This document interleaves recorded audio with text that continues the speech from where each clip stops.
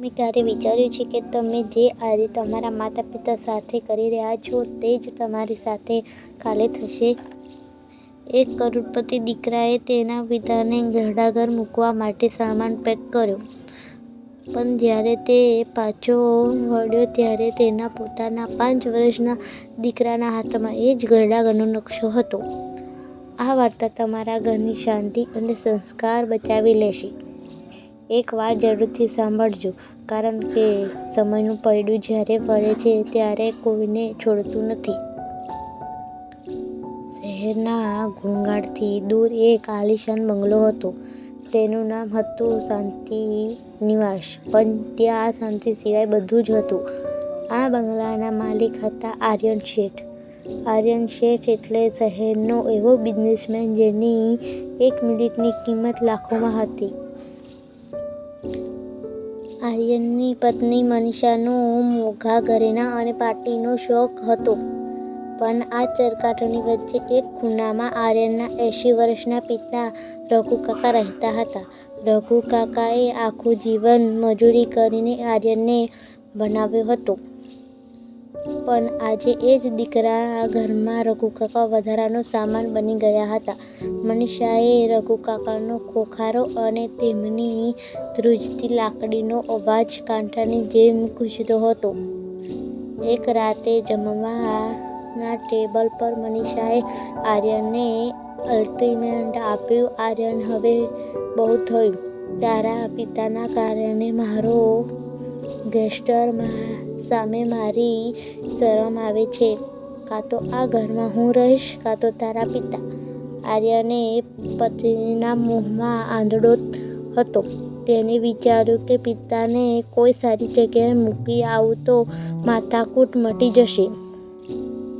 બીજા દિવસે સવારે આર્યને રઘુકાકાના રૂમમાં જઈને જૂની પેટીમાં તેમનો સામાન ભરવા માંડ્યો. રઘુકાકા બધું સમજી ગયા હતા, પણ તેમની આંખોમાં આંસુ હતા અને હોઠ પર મૌન. તેમણે માત્ર એટલું જ પૂછ્યું, "બેટા, ક્યાં જવાનું છે?" આર્યને નજર મિલાવ્યા વગર કહ્યું, "બાપુજી, એક સારી જગ્યા છે. ત્યાં તમને તમારા જેવા ઘણા મિત્રો મળશે." આર્યને પિતાને ગાડીમાં બેસાડ્યો. પાછળની સીટ પર આર્યનનો 5 વર્ષનો દીકરો કિયાન પણ બેઠો હતો. કિયાન પોતાની નાની ડાયરીમાં કંઈક લખી રહ્યો હતો. ગાડી શહેરની બહાર આનંદ આશ્રમ નામના ઘરડાઘર પાસે ઊભી રહી. આર્યને પિતાને ત્યાં ઉતાર્યા, મેનેજરને પૈસા આપ્યા અને પીઠ ફેરવીને ચાલવા માંડ્યો.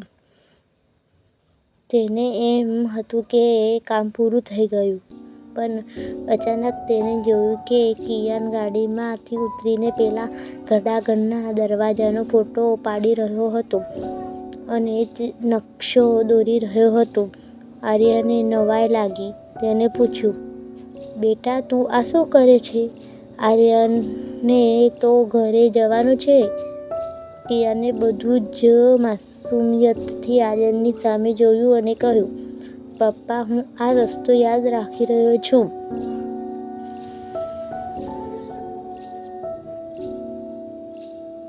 મૂકવા અત્યારે તમે અહીં મૂકવા આવ્યા છો, પણ જ્યારે હું મોટો થઈશ ને અને તમે દાદા જેવા ઘરડા થશો ત્યારે મારે તમને શોધવા ના પડવા જોઈએ ને.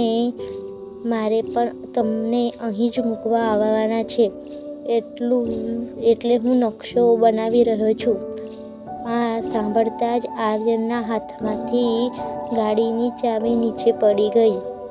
તેના કાનમાં જાણે હજારો નગારા વાગવા માંડ્યા. તેને પોતાનું ભવિષ્ય એ 5 વર્ષના બાળકની આંખોમાં સાફ દેખાઈ રહ્યું હતું. આર્યન દોડતો ઘરડાઘરની અંદર ગયો, પિતાના પગ પકડી લીધા અને ધ્રુજકે રડવા માંડ્યો. તેણે પિતાને કહ્યું, "બાપુજી, મને માફ કરી દેજો. મારો દીકરો આજે મારો બાપ બનીને મને સાચો રસ્તો બતાવી ગયો." રઘુકાકાએ તેને ગળે લગાવ્યો અને કહ્યું, "બેટા, તે માફી માંગી લીધી એટલે મેં બધું ભૂલી ગયો." આર્યન પિતાને માનવેર ઘરે પાછા લાવ્યો અને દિવસે એ જ બંગલાઓ ખરેખર શાંતિ નિવાસ બની ગયો.